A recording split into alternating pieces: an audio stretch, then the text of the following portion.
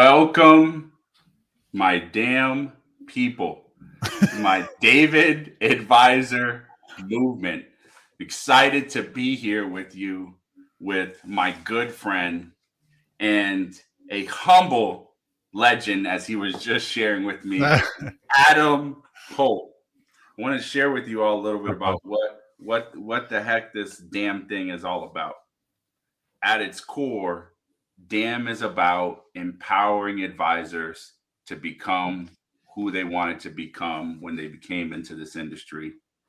It's about empowering the little guy that you may be or feel like, the imposter syndrome that you may be battling as you come into this profession and you're thinking about the enormity of information and things you feel like you need to know to care for other families that entrust you with sound financial decision making and setting them and their loved ones up for their future so that they can protect what's important to them. The David Advisor movement is at the core of what we're doing with Forefront Advisor Network.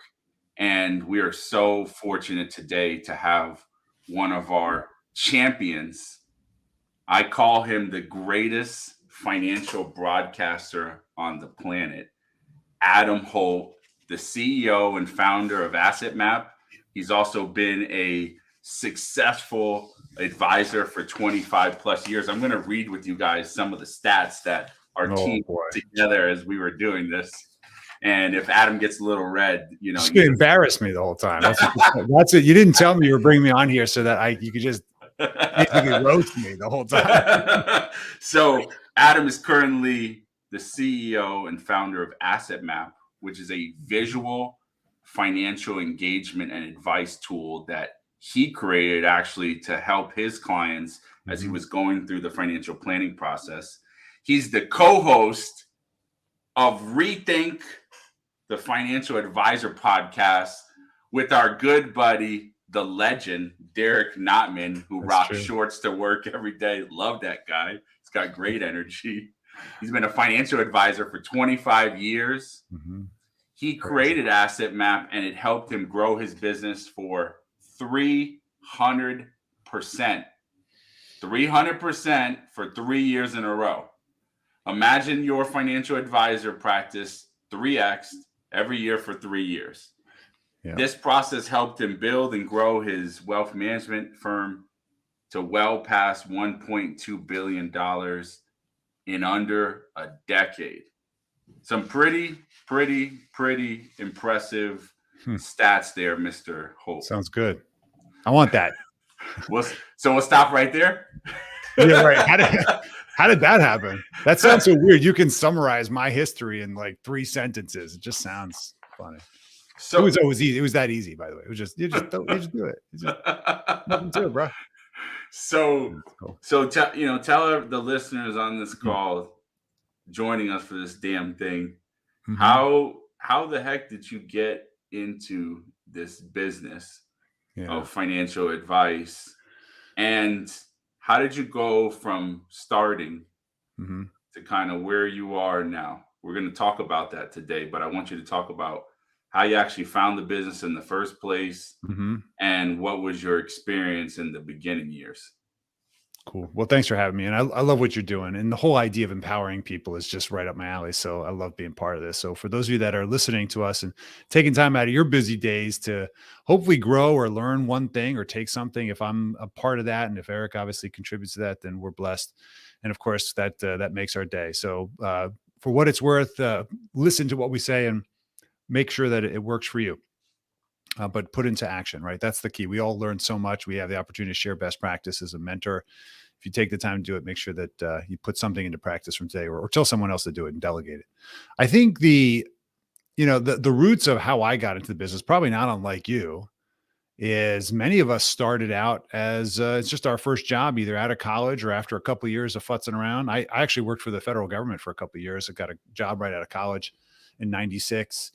And took the job the day after I graduated and started working for the government. Realized after 2 years, I liked people. I didn't want to work behind the desk, and I just didn't see that path being really entrepreneurial for me. So I went to a job fair, and I saw these guys that were at a job fair, and they were just really intriguing, talking about financial planning. And I loved the people, and I wound up joining the firm. Was not your classic life insurance agent, as a lot of us get brought into this business either on the side. I was either going to go to a wirehouse or I was going to go to an insurance company. I just like the people on the insurance side better, frankly. They just seem more real to me, down to earth. So I went with a local agency in Philadelphia and realized I didn't have a network. I didn't have a natural market.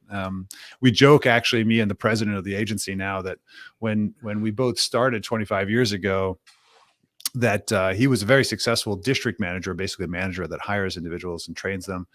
And the guy that had started, who wound up hiring me, had started the day before me. So the manager that hired me basically had a quota, and he and I became really good buds because we literally were learning this business together. So we were floundering around. I think as many of us, we, unless you had, what is it, that classic 100 list of your most connected family members that you could pick up the phone and call and ask for business, or meet with me and my mentor, whatever it might be. I think I had 60 people on my list, and half of them I didn't really even know well. I was not a connected person, Eric, as we all know. Some of our buddies that start in and they've got the family members that have a network where they live. I didn't grow up in Philadelphia for the most part. I grew up in New York, and then my mom, as a single mom, moved us down here. But that kind of tells the story in a sense, right? She was a working mom, taking care of both of her parents that were dependent upon us, and a single mom, so taking care of her son. So she didn't have time to network, go to the golf club, or make friends. She's a immigrant family that knew how to work, and so it was kind of expected that I do the same thing. Now that's kind of the roots of how I got into the business, but I wound up loving it, and it was a great opportunity to help people. So you started out. You come into the agency. They hit you with give me everybody that that can fog a mirror, that's got bones and X-rays, and give us the 100 Mhm. names. So you come in there with Yeah. with your 60, and obviously you work through that. One of the biggest challenges that people face in the beginning of their career is two things. One, a lack of knowledge, Mm. and we used to call it a lack of cheeks in the seat, meaning having somebody sitting in front of Yeah. you Activity. to talk to you about financial stuff. So how did you prospect in the Mm. early days? Tell me some of the things that you tried that didn't work, and then tell me Yeah. tell me when you finally had your aha moment and you're like, this is it. Yeah. There's a couple things that when you asked me to think about this, it's funny how many little moments add up to an outcome, right? It happens all of a sudden over a long period of time. And identifying those real critical turning points, those tipping points, right? Where something you did or chose to do, you didn't think it had that much relevance, but all of a sudden, boom, it did. Like you stack it up, and all of a sudden it's meaningful, right? And for me, in the early days at 25, 26 years old, I was living at home. My mom said, "You can live at home. It's great. You're always welcome here. But the rent is $250 a month." And I was like, "Whoa, real? Okay, dude." I made $11,000 my first year in production. Okay. At the Okay. government, I was making 24 grand a year, and I was at the lowest GS, whatever it was. And like GS 1, 2. I think I was a GS 4 when I graduated from the government, federal government, basically at pay grades, if you don't know it. Yep. And so I basically went to the financial insurance world, and I'm making half as much as I made working for the government. Right. So living at home, had to make it work. Okay. Cause it just it's not cheap. Um, what I wound up doing is, because I didn't have a natural market, I learned of other financial professionals that were giving seminars, daily seminars, to their prospects, and they would offer them during lunchtime or dinner.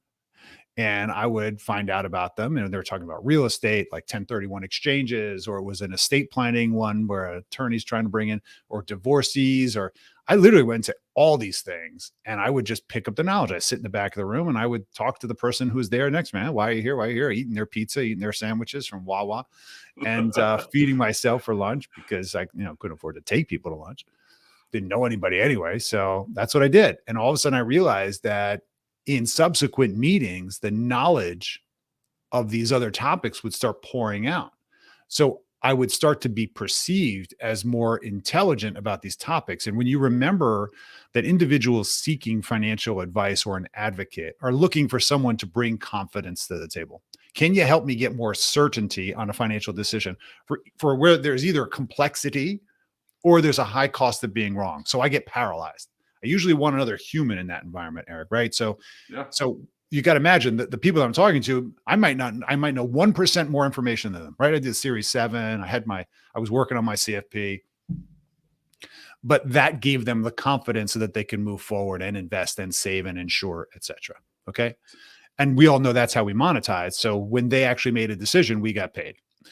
And that knowledge, I started realizing, well, wait a minute. First of all, I'm starting to meet people in the back of the room are like-minded. They think I'm there because I've got credibility. And my first early clients literally came from people that I was sitting next to in these events. And I was also learning about the topic. So I seemed more intelligent and I got addicted to this. And so what I did is I said, you know what? My superpower is going to be, I'm just going to be the smartest person in the room. So I went crazy. I went to get education. I did my CFP. I did my CHFC. At the time, I did also a CSA. I was like senior advisor or something like that. Any designation I could put. I was trying to be like Michael Kitces, right? Let me add as much alphabet to my name so that today I only use the CFP because I don't feel like writing it all out.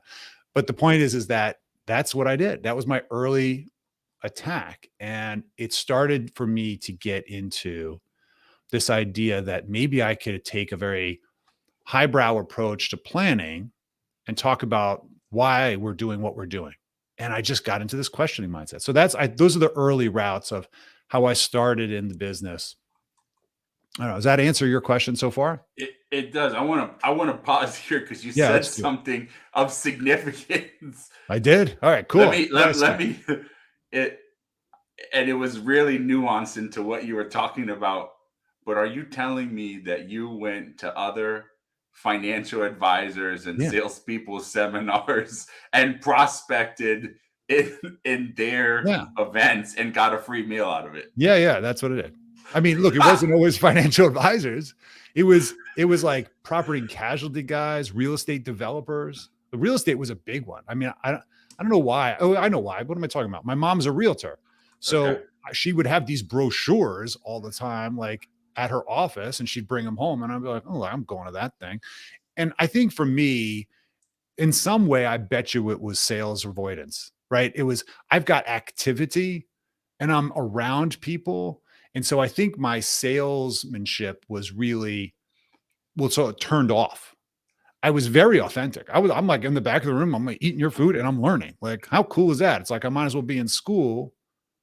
And I always loved school when I was learning what I liked. Right. But the point is that for me, right, clearly I'm interested in learning. And I think because I wasn't on the attack. And so I started attracting people that were really, I think, turned off by the sales process. In fact, I wound up going more and more advisory, and I would be given advice and never asking for the meetings. And it took a long time for that to pay off, as I'll share with you, because doing this way, I literally almost failed out of the business 4 or 5 times. There was no reason why this non-assertive brainiac, all goofy ass, like 6'3" looking dude with my 3-piece suit that I bought from Walmart because I didn't have any suit, like would have had some level of success, except for the fact that I just kept putting myself in the right environment early on to be elevated, I think, in my perception as an advisor. And I owned it. I still, to this day, I mean, you know me, I just want to help people and I just want to give you ideas without being judgmental. So when you talk about failing out, hitting these walls, Yeah. what was that like? Was it, Oh, it's fun. explain to people when you say failing out, and like I'll share with you, I've been at Yeah. those crossroads unexaggeratively 4 or 5 times in my career. So talk to me about what failing out looked like for you and what you were facing, and then kind of mentally what you did to persist. Like what was going on in your psychology? Well, gosh, failing out. I mean, I don't think anybody really likes failure unless they get to the place where they say failure means that I'm just one step closer to success, right? We've all heard those motivational statements of it, but when you're in it, it's kind of tough to acclimate to the truth of it. I think You know, what's interesting when you're surrounded in those early days by other people that are living by what they kill, right? That you eat what you kill. Yep. It kind of breeds a bit of competition and desperation. And, I would some arguably sometimes, maybe the sale is more important than the suitability. Let's call it that. And Yep. I think for me, when I started seeing that, I started to get pretty, we'll call it idealistic about making sure that there was a defensible argument for all appropriate, sales. Because you see step of kind of desperation moves like we're going to fail out. Like I need you to sell this annuity. Like otherwise nobody's making their bonus today or whatever. We're going to lose benefits. I mean, it gets desperate in some cases. And thankfully I didn't have a family at that time. But there is a moment, Eric, that I was literally about to fail. And I think it's an important aspect. And I hope you guys listen to this. There was a pivotal moment, again, another one, where I was literally I wasn't gonna be able to afford paying. I was back on rent. Okay. I'm making like nothing, maybe $1,500 a month, and not with consistency. I had spent all this time and money on doing the CFP and just being educated, as I said. It was in my second full year. I recognized and I think I had shared with you, I had done a bunch of work with Tony Robbins and being present at his events. And I learned this concept of asking for help. So I said, you know what, let me just do this. I'm in this desperate move. Let me ask for help. So I called a family friend who we met at Tony Robbins event, but believe it or not, lived local to Philadelphia. I knew she was super connected, but I didn't really know what her financial situation was. It wasn't really approachable like that. And I called her up. I said, listen, can we go to lunch?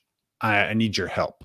Okay. Yeah, sure. So people tend to listen if they care about you and they know you're authentic and you ask for help. They're like, okay, how can I help you?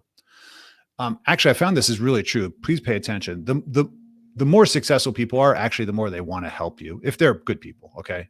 That's because they know that they didn't get anywhere on their own. Right. Everybody had help, recognized or not, conscious or subconscious. We all got help. Okay. And you guys are smart enough to know that that's true. So just trust me. When I asked for help and we had this lunch, which I couldn't barely afford, by the way, because you chose sushi, by the way. This is, by the way, how I got inspired on sushi, because I didn't really eat sushi, didn't know from it, nothing. Okay. Yep. So yeah, I wish actually maybe I didn't have that lunch, because that's probably the single biggest sinkhole in my life is the sushi bill. Right. Like it's not cheap, man. When you're low on funds, sushi is not the route to go. No, it's not. Right. Thankfully, I ate like the tuna with the rice roll. That's it. Right. Like that was the extent of my exploration at the time. But the funny part about it is I said, listen, I need your help. She said, what do you need? I said, well, I had this idea. I want to work with business owners. Business owners have the dual problem of basically they got all their stuff involved in their business. They don't take care of themselves personally. They don't have the right life insurance. They're not investing on their own to put everything back into business, not paying attention to family risks. I think it's a real opportunity for me to help them and bring this story to them. She said, okay, I know I can't do anything. I know 4 people. She took the napkin. She wrote 4 names on the back of that napkin. And she said, call these people, tell them I told you to talk to them. So I was like, fantastic. I called them all. 2 people actually called me back. 1 agreed to meet with me over lunch, of course. I met with her. She was a business owner in her 50s, thinking about, retiring. Lovely person. Gets time for me to ask for a business. She says, listen, you know what? My best friend and my sister are my financial advisors. Those are 2 different people, by the way. I have to compete with 2 different people, her sister and her best friend. Got it. Okay. So not really a lot of opportunity here. Long story short, we're walking out of the restaurant after paying another bill I couldn't afford.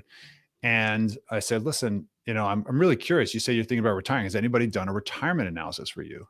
And she says, no, that's kind of funny. No, they just manage my money and they do all their stuff, charge me their fees. I'm like, oh, you've never run a retirement plan. You retire in 5 years. And I tell you what, I'll do it for you for free because I love this stuff. I'm a financial planner now. Blah, blah, blah, blah, blah. I do this retirement plan. You know what I uncover? A major gap nobody addressed. And when I pointed out to her and her accountant, because she had to vet it because I was so young, she said, I'm doing this business with you. And she did that business with me. She became instantly, I had the best month. I was like top leaderboard. Okay. So I figured she was going to super help me out. So I asked her for help. So can I help? I need to talk to people like you. Now I did the classic referral thing, which I don't believe in anymore. But Yep. the long story of that one is that she knew everybody. Okay, super connected in Philadelphia. Like we became close. Like she let me drive her BMW around because my jalopy car was too embarrassing. She would make me drive if we picked her up. It was, don't worry, it was on the up and up. It looked like a little weird. I was 27. She was the domino, is what you're telling me. Go Yeah, but ahead. she made the rules. She was very clear. She like had control. I'm like, I don't care. I need a client, okay, and I've got a relationship. Don't get any ideas, but none of that stuff happened. Okay, but the point is that she referred me to her yoga instructor. That's who I got. After all that, I got a yoga instructor who didn't really meet the requirement. But because I delivered excellent service and I gave her financial planning, she referred me to her whole family. And that literally is the entire pyramid that shed off all of the business I did. And I was just short of being the number one advisor for that year in production. And I realized, Eric, that financial planning was going to be my way to sales enablement. I said, if you just give lots of value and advice and don't expect anything in return, it's going to come back to you. And that was the mindset I had in every interaction. And it made people, I think, really comfortable. It really got people's guard down. They started to trust me. They started to refer me. They're like, no one else is doing this. Everybody's just trying to push a product. Like, you're really coming with advice.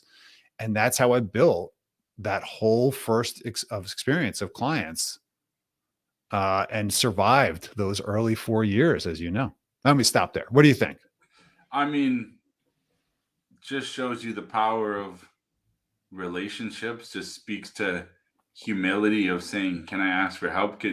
I, I think about your story, and it reminds me of mine. There were certain critical points in the journey where I don't want to say fake it till you make it, but like you kind of take a leap of faith and kind of do something crazy. There was times where I was down to my last $100,000, $100 or $1,000. I was not 100,000. I wish I was down to 100,000. That's right. It'd have been nice, but I was down to my last $100, or like maybe I got $1,000, and you're taking a risk. You don't even know if it's going to pan out, and you're just putting yourself out there and delivering value to other people and hoping that it all comes back to you. So as you hit this point, at what point did you say to yourself, I made it? Or if you didn't say I made it, at what point did you say to yourself, did you have this realization where you're like, you know what? I think I'm going to be okay now. Oh man, that took a while. Being okay when you've got to make sure you've got pipeline. I mean, the entrepreneurial journey is not for everybody. And it's clearly why you can get overpaid for the rest of your life if you survive the first 4 or 5 years of underpayment. Right? That's the pie. That's what they used to tell us. If you could survive the first 4 years, you're going to be underpaid for the first 4 years. You'll be overpaid for the rest of your life. You can survive it. And they were right. They were right. I mean, we've been so blessed. Survival is really the key in the early days, because you got to build up reputation and scale and momentum and history, and you got to know how to navigate it. It's like, okay, I've been down this path before. That scares a lot of people. I really didn't feel much security until a lot later, but maybe that also motivated me too, because when you feel secure, you kind of stop. You don't run as hard. You're like, I don't really need to win this race. But it's like, no, that alligator is going to eat me if I don't run. Okay. So, and now all of a sudden you start creating, I think, dependencies, whether it's other people, or you take on mortgage, or you take on debt, and, or you take on expenses. We all know what that's like. You're basically putting more on the liability side. That's really based upon your word, your honor. And for most of us in the financial services business, I think we care a lot about our reputation, because that's what our business is growing upon. It's a trust business. You're not growing it on really intellect. You're growing it on trust. And I think for many years, I think in the sales culture of financial services, the motivation was just obligate yourself like crazy and you'll work. Okay, buy a bigger car, buy a bigger house, get a couple, buy some jewelry. I don't know, whatever it is, just commit, right? And you're going to live a quality life, because you'll be forced to keep up with your spending. I never really bought into that, frankly. And I think it saved me in many ways. The next kind of phase of that journey, because you asked previously, this whole question of, well, wait a minute, how'd you go to like tripling the business? You know, the next several years, I really floated. I really floated around that 40, 50, $60,000 range after that second year, because I think I took on this persona of being being an altruistic financial planner. We didn't have the fee-based options back then where I could charge an hourly rate. It was ultimately what people did. So I did a lot of free financial planning, man. And it was, I also decided to go back and get my MBA, but I got a mentor. And I think probably the biggest catalyst for my growth ever that I would recommend to every single person out there, regardless of your kind of state of success level, is to get a mentor. Find somebody who's interested in your success that you can look to, you can model as a role model, even when they're not actually actively speaking to you, or you're watching what they do. You're seeing how they act. You know, you're seeing the choices they make, the language that they choose to use. You're seeing their personalities in the field and off the field, right? How do they carry themselves? What do they get involved in? And I think you decide from having that mentor. I had two mentors. They're both of their names are Andy, which was great. And they decided to merge their practice. There are two of the most successful advisors ever in the history of the organization I was with. They decided to merge, and they were looking for a young guy. And I was at the right place at the right time, because I had proved that I could break out without needing, natural market. I proved that I was kind of ahead of that game. I'd figured out how to do it. Now, I don't know how much that was true, but of the pool of people that were young, I got bubbled to the top, and we totally hit it off. And they became my mentor still to this day. I wound up actually succeeding and taking over most of their practices, and grew that practice that they had started of 2 people to 25 some people, because they were like, we need a next generation succession plan to take this out. And we didn't have an investment management team at the time. They did high-end estate planning that was for super high net worth. And what I got to do is for the next 2 years is basically just be around them. So I was seeing like these unbelievably wealthy families with this massive complexity, Eric. And I'm like, what the heck? These people are doing trusts and like split interest in LLCs and family partnerships and insurance over here. And they do split dollar. And I'm like, what? And I came in as the investment guy to build out the investment team. And after a couple of years, I decided, you know what? I really am interested in this estate planning, financial planning business, like this unbelievable opportunities financially, investment management. I'm like kind of interested. So I basically wound up bringing in my buddy after 2 years and said, okay, you're going to take over the investment team and I'll just support you, but I'm going to go back and learn this business of the estate planning and the business succession planning. And then we're going to just be a 1-2 punch. And that's how we actually initiated that 10 million that grew to a significant amount of AUM, because I was just like pitching it over the fence to him. And that's like, we can talk about that, but that was like kind of the key to scaling the growth, was all about really delegating and building an offense and defense team, which, I think is really important today. Let me stop. What do you think? Yeah, I think there was a couple of significant points that you shared. Specifically, number one, the part about mentorship. Mm-hmm. And secondarily, I think this is the nugget that a lot of advisors need to hear, especially early on in their, I'm going to call it the first 10 years of their career. Get a mentor. Mm-hmm. It's okay to give up a piece of your business, however the arrangement's going to be, just so you can be in the room with other smart people that are doing the thing at the highest level. Yeah. I cannot, what you shared was my story. I had people that, we split cases, as it used to be called. Yeah, right. I had people that we did joint marketing workshops and seminars and educational things. And I got to then sit in the meetings afterwards to see how they did their process of going through and meeting with the client preliminarily and how they followed up. Those things were invaluable. So I'm saying this to our audience that's listening, because I find that it's been my experience. There are some folks now who expect value for nothing. Yeah. And so when I was getting my mentorship, right, there was something that got traded off, right? I gave up some money, or I gave up some time, or I wasn't getting paid to sit in and do things because I was so obsessed with the learning and the watching and the observing. I was like, this is invaluable. This is like going to financial advisor school and Totally. and seeing how they do things, right? Because like if I can watch you, then I can ask myself questions and I can learn. So I'm Yeah, curious, was that your experience or your perspective on that too? And then we'll talk about totally. scaling and building a team. Yeah, totally. I mean, look, you don't know what you don't know. We all know this, right? But you think you kind of got it figured out. I do see a lot of this in the, we'll call it more than ever. I'm not going to call out generations by saying it because, you and I are X Gen, I think, and Yeah. or close to it, or maybe squeezed in there somewhere, some kind of catalog. But I do see this a lot of like expectation of, hey, I showed up. Where's mine? But you got to go get yours still. There's none of this like in real life. In real life, like in make believe fantasy land, play your video games. I get it.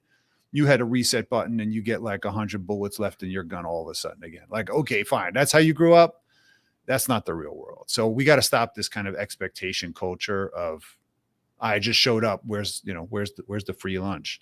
And I think the key for this is that when you get a mentor, it's not enough just to wait for the mentor to give you that like feed, that knowledge, that logic, that opportunity.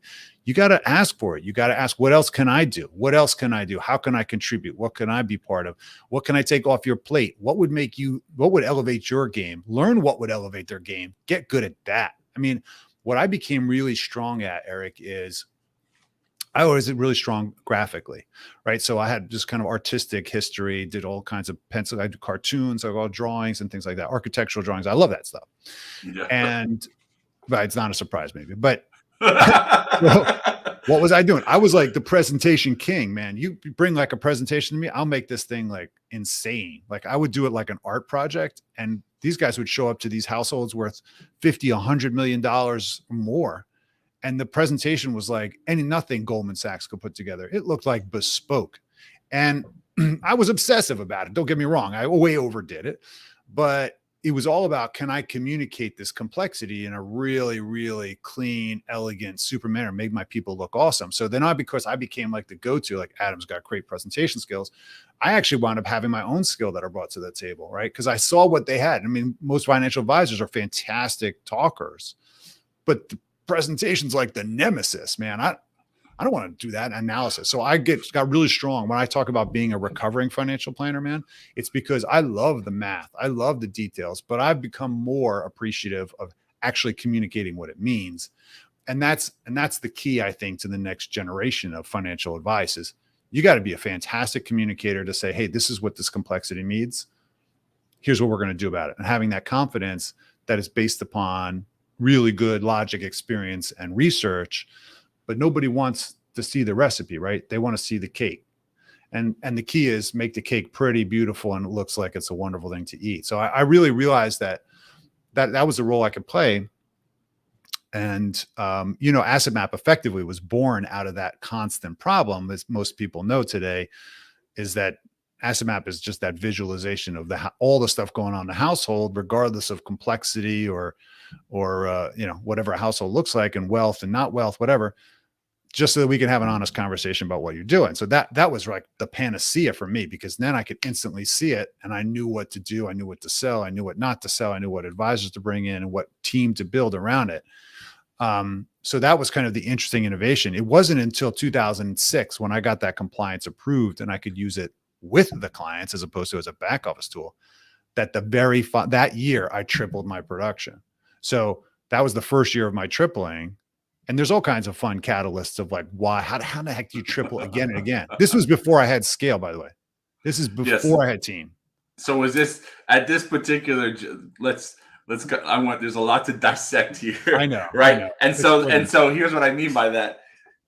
So let's talk about the origin of Asset Map. And you talk about advisor presentations. Let's be honest. It's not the 100-page report that comes out of your financial planning tool. That's for you. It's usually you pulled out your memo pad.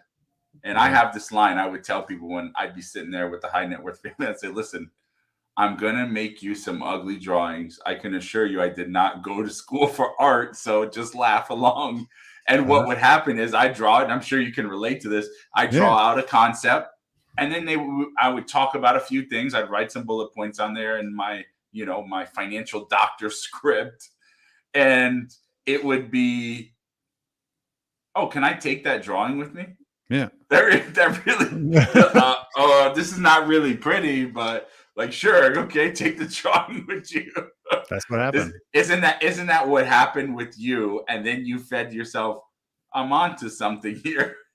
Yeah. Well, look, I knew that it worked for me in a sense, because when I say my staff, the underwriting teams and the people that need to execute the implementation of the investments, they always needed to know the client because they were filling out the suitability forms and the net worth and all that other stuff. So I, in some ways, if I was saying, listen, I need to move money from this IRA to that, I need to move money from this old whole life policy into a more efficient policy, and I need to move it to trust, I got to tell them what to do. And so I would use the asset map and say, okay, take this, move it here. And they'd be like, okay, now I know what to do. Otherwise, it was like this like really complicated thing. And these processes take like 2 months to move money in the old days.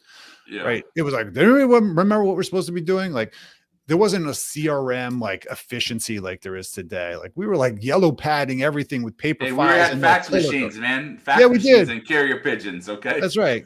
Wait, did you use the carrier pigeon? I used the carrier pigeon. Unfortunately, sometimes it fell off of its ankle, and there you go. Did you use the Apple or the Microsoft carrier pigeon? Which one did you use? That was Microsoft, Right. Now I'm a Mac guy. I'm just kidding. My carrier pigeon was cool. So you start tripling. When did you go? And I call it, there's a transition. When did you go from I to we to team? Right. So I to we, right? We is like, okay, maybe you got a sales assistant, or you bring in another partner that you're doing stuff, to an actual team with specialties, offense and defense, like you talked about. So that's interesting because I teamed up with my mentors. I got administrative staff out of it, and I got right the out the ability. gate. Yes, and I got white labeling, a branding basically to be, we'll call it, not associated with the core broker dealer. So I got a doing business as, like you have Forefront. I got the ability to reinvent us because nobody knew who we were. We're just a couple names, right? In fact, it's Reuben Goldman and Associates. Nobody knew who it unless you knew my two mentors. And for me, I walk in, I'm a part of Reuben Goldman, right? And they're like, what is that? It gave me the ability to tell them and brand that experience. I found that really important because when you're dealing with high net worth families, they're like, oh, you're part of a company that they already have in mind. They know what it is. They know what you do. And that's good or bad, by the way, because I'm trying to break out and say, we're doing something different. We're coming in as financial advocates. We're going to figure out what's right for you. And if it makes sense, we just want to be your shopper. We want to be your haberdasher. We don't care what clothes you buy. We don't care if it makes sense you buy clothes. When you buy clothes, we want you to buy through us, and we'll go shop for you and we'll bring it back and package it. That was our value prop for insurance and investments. We want to be agnostic to everything, which before it was cool. And now you have to be agnostic, but that was the way high net worth expected it to be. They're always leading the charge in terms of what they expect. I mean, our clients had aggregation 15 years ago. Now everybody's talking about, I'm like, okay, yeah, that's nice. Like they were buying private equity and venture and real estate direct like 15 years ago. Why? Because they had the capital to do it. Now that's becoming democratized. So it's kind of funny how that luxury become necessity. We had to implement these very complicated things. And what started becoming obvious is, wow, if we really want to do the investments at scale, we need the investment team to have their own admin staff. Okay, great. Let's do that. So in 2002, Greg, my partner, joined us and he hired his first person. And then in the investment side, and then we literally just all investments, I would just shoot to him and we would split it, as you say. Yep. And I would basically be a finder and he would be the executor. Yep. And then we had to bring in more people to support him because he wasn't always available. Now we need a relationship manager. So now we had a relationship manager on the investment side and he did the overhead. Okay. And I just found it. So I took a piece and I was responsible for planning. So a portion of the compensation went towards the planning and relationship team, and a larger percentage went to the execution team. And it worked because this model started getting attracted people because they could scale. We started attracting other advisors to say, hey, I don't want to actually manage investments. I just want to work on relationship or planning or tax or legal or whatever. And they would team with us. And that's how we acquired so many assets so fast, because we were leveraging that process, as I think you're starting to do, or you've been doing too, Yep. by saying, I need a plug and play, respectable, defensible outlet for my investments, almost like we were an internal TAMP. Yep. And that's how we were able to grow so fast on the investment side. But it turns out that most of my production in those early years, that tripling, didn't come from investments. Because as you know, it's a long game in investments. The short game was working with corporations, businesses, and doing insurance work. And that's how I was able to increase that revenue so fast, is because I started working up market. I recognized in the first year of that kind of tripling, I was working with people who were slightly more successful than me. But then I had an eye-opening experience where I worked with someone who was mega wealthy, who needed so much help, but nobody was offering them help. And it broke me through. I got over my own internal anxiety that, oh no, they're too rich. They'll never want to talk to little young me, which I think stops us in many ways, right? We have our own fears that we walk into the business with. We're like, oh, that person's got everything's covered. Oh, they're so wealthy. They've got it. Oh my gosh, they run a huge company. It must be so smart to get like the top advisor. I'm never going to approach them. So we don't even offer help. So go back to that way we started, which was asking for help. Asking for help. I use that again, basically, to open the doors to even wealthier families. And then that just elevated it to working with business owners. And then by the time I got to business owners, it was just about ticket size. These people need more help, and the volume was there. So even without scale yet, I just increased the ticket size, so that's how I got to making 7 figures in those 3-year periods. Go make from 30 grand a year to go making over what I just said, because I don't really like talking about it as much as you like talking about me. Hey, he said, for everybody listening, he said 7 figures. That means that there's 2 commas in that number. Okay. Yeah. Or He was periods a if part you're of in we'll call him the two comma. He became a 2 comma club member. crazy. And here's the thing. You're just helping people, right? So as everybody's listening here, the whole play on asking a question, the question could be to yourself. The question could be to somebody else that led to a massive amount of growth for Adam. Okay, so one question or comment has come in. I'm gonna show it on the screen. All right, Katie, cool. How can advisors get started with a mentor, as we like to call it in our organization, tour mentorship, because there's a little bit of fun and joking. You mean you're supposed to haze people? Is that what you mean? There could be hazing. There's no HR in my organization. I'm joking. Oh, that's fine. That's not good. We love advisors. That's right. Just don't have any issues. Yeah, listen. Exactly. You know, it's kind of funny. So you know, remember I told you my mom made me pay rent? Yep. So my mentor said, "Listen, you're going to come into this business, and we're not going to give you anything. We're not going to give you any business. So this is like a strategic investor. Here, listen, I'm going to invest in you, but I'm not going to give you any money." Like, what I realized is what they were doing to me is they were making me prove it, that I was willing to work hard enough to get myself to be successful. And looking back, I didn't realize at the time I was almost resentful of it, because I figured I could coattail, right? I could just, oh, dude, easy street. I got it. I'm with the 2 top producers. They're like, yeah, no, we're not going to give you any business. You're going to have to prove that you actually deserve to take over the business, because if you can't do it on your own, you're not going to be able to take it over afterwards and be able to deliver. So they knew that fundamentally. And it wasn't a personal. It was just, It was business, right? That hard lesson, or let's say it didn't meet my expectations of basically, you know, everybody gets a trophy. I figured I got to this point. Can I get a little bit of can I get a buy on this week or a mulligan? This was a really important lesson that I think we need to remember. And it comes typically from the school of hard knocks. I think there are people who are in we'll call it later stages, have more time, in the practice that you can go and identify that are strong performers and have a lot of knowledge that they want to give to somebody. I know a lot of advisors who are in the business today in their 60s and maybe even late 50s that their kids didn't come into the business and they want to impart this knowledge, but nobody's, it's, they're happy with their lifestyle. They're not looking for it, but if it shows up, they would be happy to provide help. And that's where I think the next generation of advisors could really accelerate their career 10 years is by finding these advisors who are looking for a succession plan, but don't know where to start looking. And so they just don't bother because they got enough money coming in and lifestyle. But in the back of their mind, they're thinking that. So Katie, if you're thinking about how you can find a mentor, well, if you're part of a larger organization, then you want to identify people that you respect, that you would want to be associated with. You like their attitude, how they treat people and so forth. That's really important. And reach out to them and say, listen, I'd love your help or your guidance. Are you willing to talk to junior and who's really excited about growing? Get to know them, right? Invest in the relationship.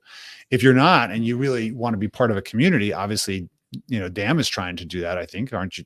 You're creating mentorship. Yep. But I think but you got to put it out there. I think that's the key. You got to put it out there. You're looking.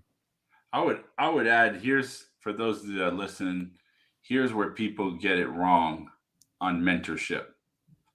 You have to approach mentorship with the right mindset, which is, what can I do to bring a value to the person that's going to mentor me as well? Most people go into situations thinking about what can I get, but what can you give? If somebody's reached a certain level of success in their practice, we all have aggravations and frustrations that are going on. And there's little conversations that happen in your potential mentor's head that go like this: I wish I didn't have to do this anymore. I wish I could teach somebody how to do this thing.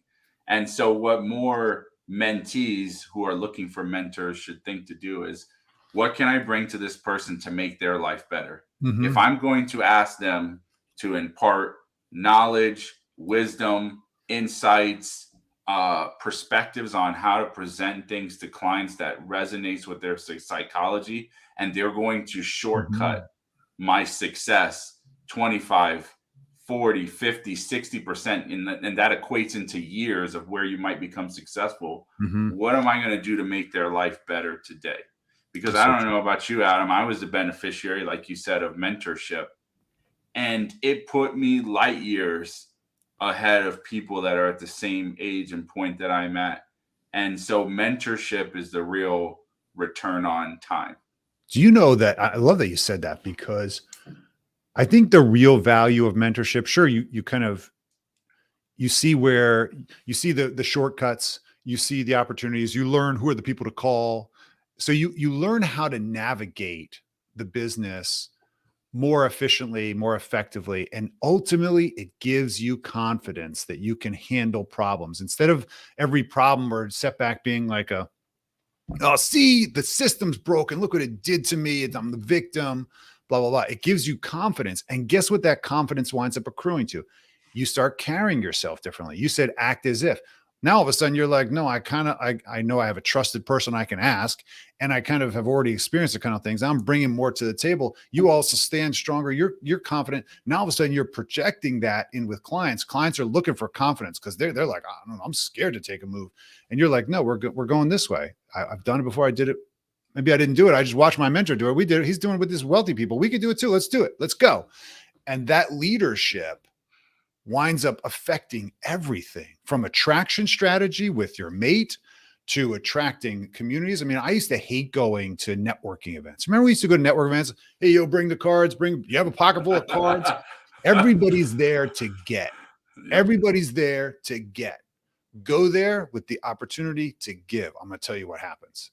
When you walk in that room, when you're there, and it happens the same thing socially, like it's happening in this moment if you pay attention. When you go in that opportunity to give, it comes back to you. Now, you don't exactly know how, but you never know when you go to give or to get what you're going to get. Like, oh, great, I got some like croutons so I can eat them while I stand here in the corner. Yeah. Going there to give is asking how I can help. And I think that's the same thing with a mentor. Take that same attitude. It is literally the key, Eric, from how I went to working with people making 100,000 to people making $1 million to people who have assets of 10, 20, $50 million. I went there to give first. How can I help you? How can I help you? How can I bring my network, my team, and so forth? No, I don't expect anything back. Like, how can I help? I want to help. And I earned the trust. And that when there was an opportunity to do some business, they were like, hey, Adam, what would I do here? Well, that's what's perfect for my team. I'll bring my team. I'll take care of it.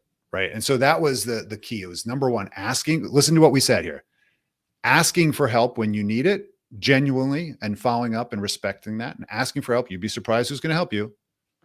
Giving unsolicited help to people who might need it and offering that is really critical. Think about that. It's all about contribution. And if you can contribute to people, it comes back to you. I think that was kind of the resounding theme of that history. It's not all perfect. It's not all beautifully rose painted and colors. It was messy, but the theme there that we have to keep top of mind, if it suits you, is just give, contribute. I absolutely love that. I think you hit on a lot of key points. And so I think a lot of advisors struggle with, I'm going to call it underactivity, right? I'm going to tell, like, I'm going to share this for everybody that's listening. The laws of physics are real. They apply to business. Okay. They said, I think it was Newton's laws of motion, which is an object at rest stays at rest. And my mentor used to tell me activity begets activity begets activity. So get in motion and get doing things where you can be helpful to other people, and good things will happen. And to Adam's point, you cannot quantify these things sometimes.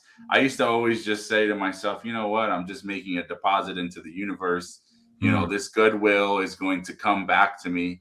And, it would come back to me in the most odd ways, like I would get a favorable treatment, or maybe I got pulled over by a cop and you didn't give me a ticket. So thanks for that. I always looked at that as compensation coming back. So we talked about how you went from I to we, joining, getting your mentors, having administrative support. At what point did you transition from we to this team that you started building out? That would be so interestingly enough, in 2009, 10, I think I already had asset map compliance approved for a couple of years. I was taking on a lot more business. We didn't really even talk about it, but my goal in the early years was to make $250,000 a year and work 20 hours a week. That was my written goal, and take 2 months of vacation, 1 month in the summer, 1 in the winter. Why those goals? I don't know. That's just what I came up with. Okay. And I needed to have a goal, and I always had a coach on staff or something like that, or a kind of mentor or someone like that in my life. And that was what I wrote down. And when I got to that kind of second year in, obviously I kind of achieved that. And I just kept going because I didn't have a family. And I'm like, what am I going to do with my extra 20 hours? So I just kept working.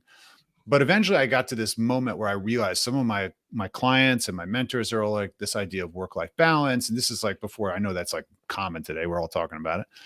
Yep. But I got into this thing where all these wealthy people are telling me, dude, the time is the money. Time is the most scarce resource. Don't worry about the money. Like, now that we got this money, all we want is time.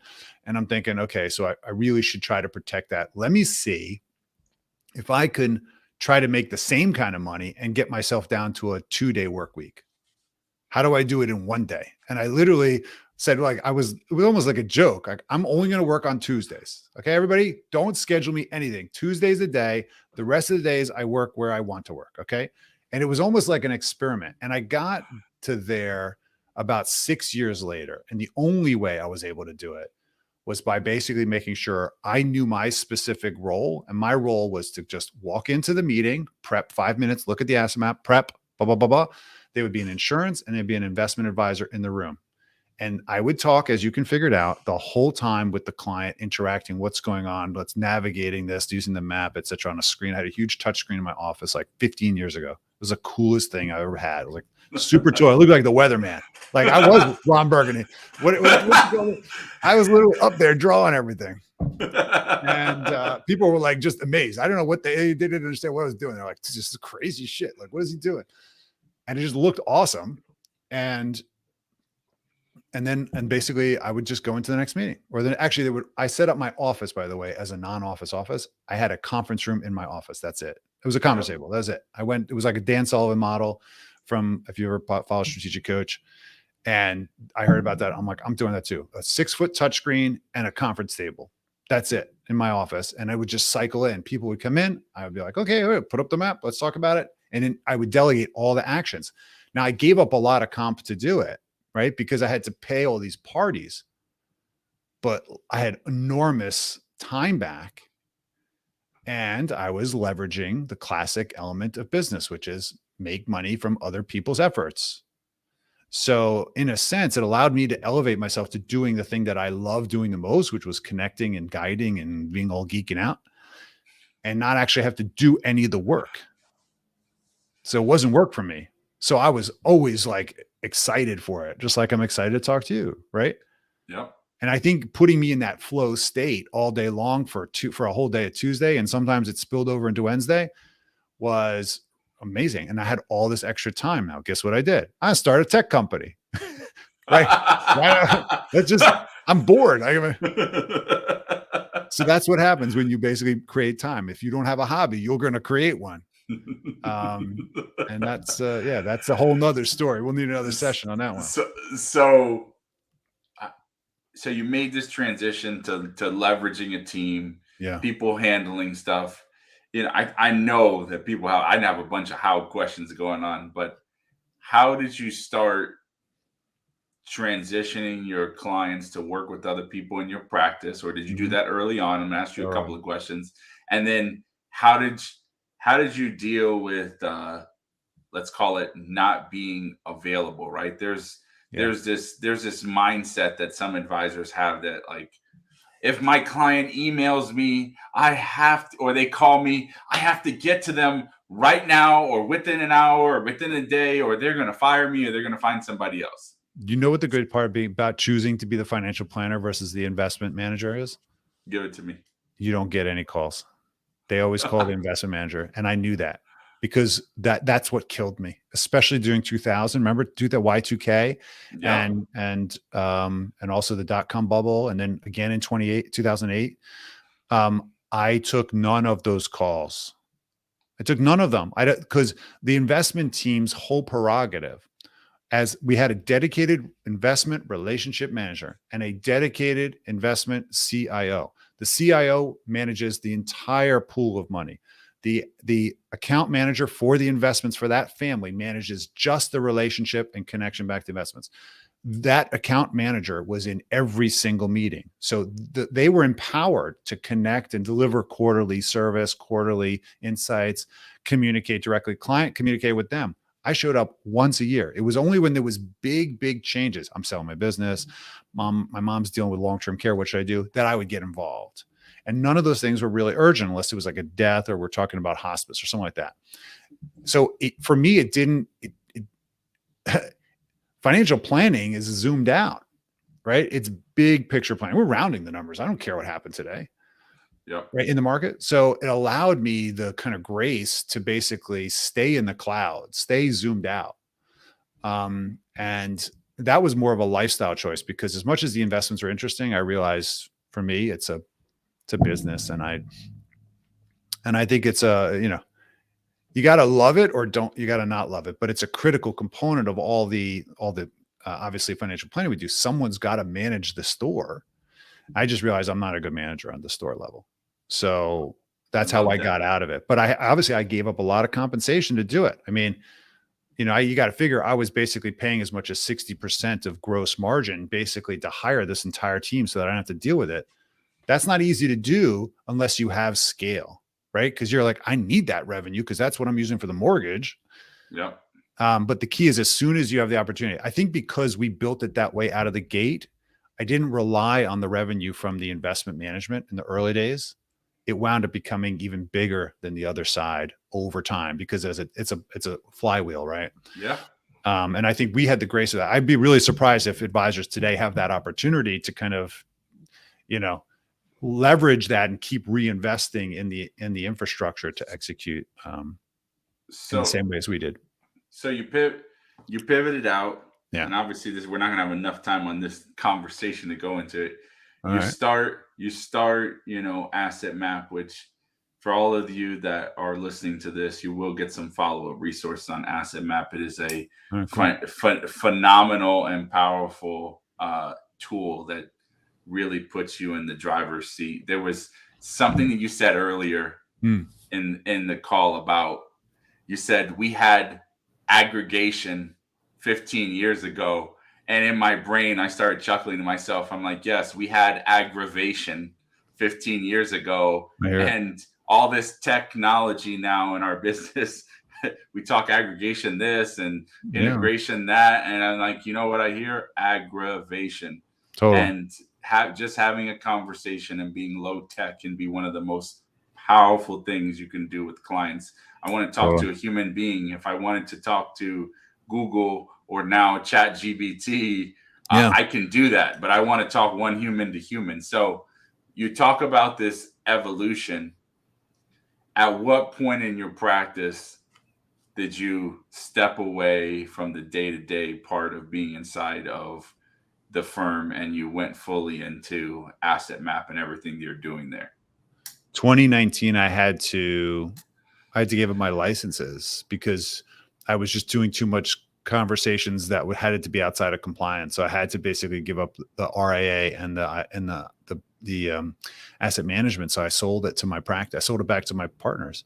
I stayed involved to some degree with the clients on the planning side, but we're talking only 10 people a year that I still talk to, still have my cell phone because I made commitments. There's a lot of families that, even in those early years, remember those seminars I went to that they're still around. And, I made promises to many cases, their husbands, that I would still look after their spouses. And I still do it pro bono. Like I'm doing it for years because it's a way to give back. It's also a way to, be honest to myself on the kind of commitments that I've made and reputation that I care about. And I know they need the help. And no one else is going to help them or give them 2 cents. So I have a good number of people like that. I still have my cell phone and I love helping because it's fun.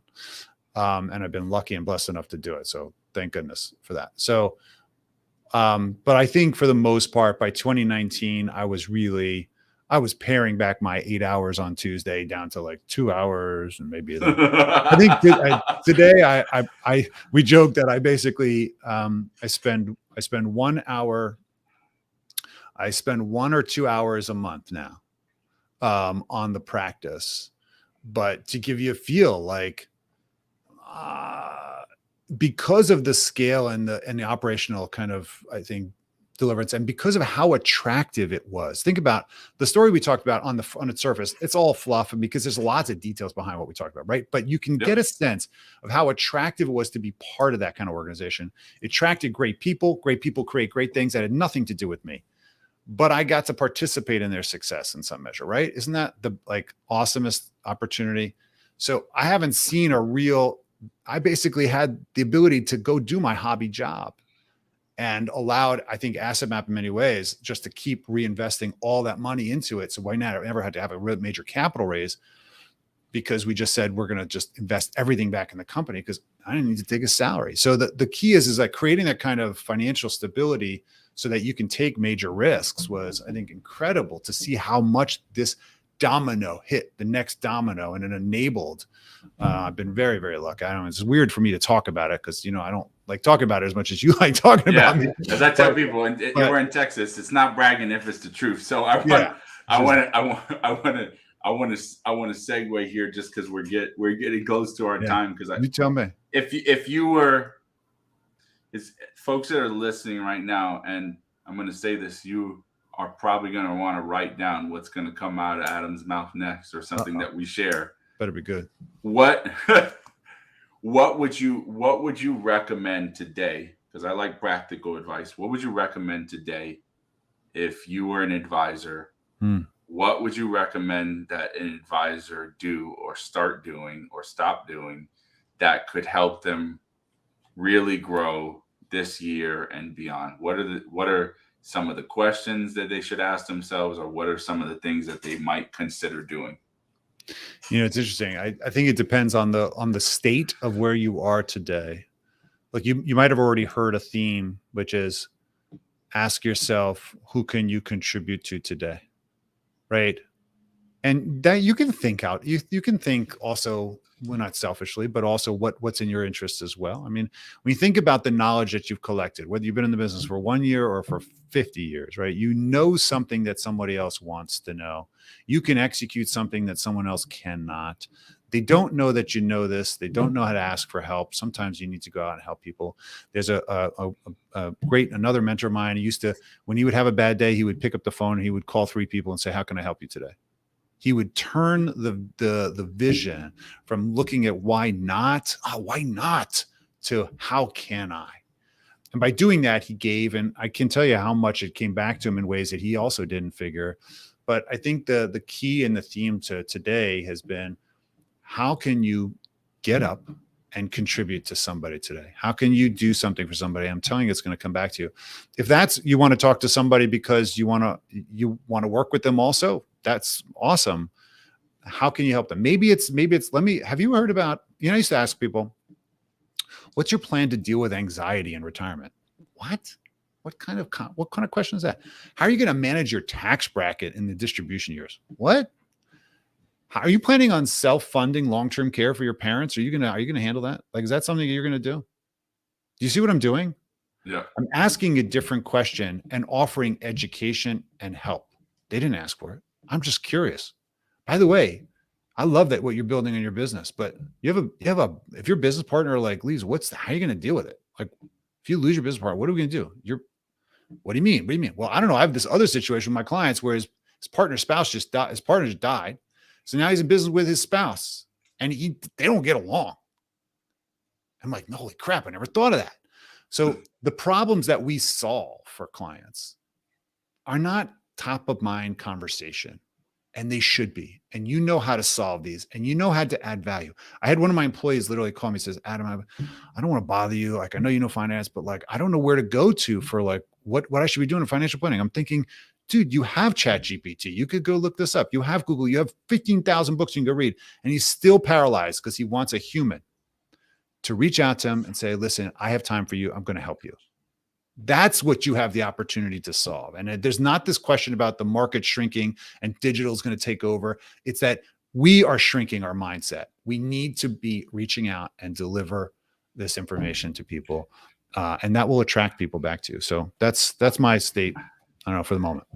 I absolutely love that. I will add that for those of you that may not have perceived what Adam did, he asked a distinct question that woke you up and made you think critically about what was happening. So there's something that I learned.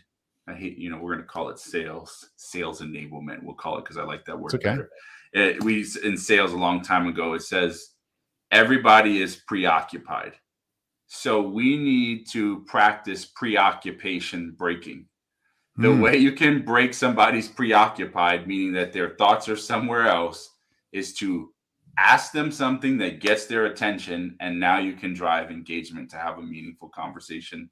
And that's what Adam did very subtly there by asking these questions. So we're going to draw to an end here. I want to pause here for everybody and let you know that we talked about, you may be one question away from tripling your business. Adam shared a lot about, you have to give to grow, or you have to offer contribution, right? You have to be curious. You have to invest in yourself, your education. And your education not only comes from textbooks. So, Adam talked about getting the ABC, the alphabet behind his name, like the guy in the blue shirt, Kitts, has every designation known to man. I mean, It's a walking encyclopedia. Mhm. So you have to invest in your education, but education also comes from experiences, it comes from mentorships, and education is everywhere. It comes from conversations. Are you present when Mm. somebody tells you something that's insightful and you think about what they said and how it might apply to your life, to your practice, and who you want to be as a human being? So I want to thank everybody today for joining us Yeah. and let you know that you're one question away, one change, one mindset tilt away from having a completely different practice, a completely different life.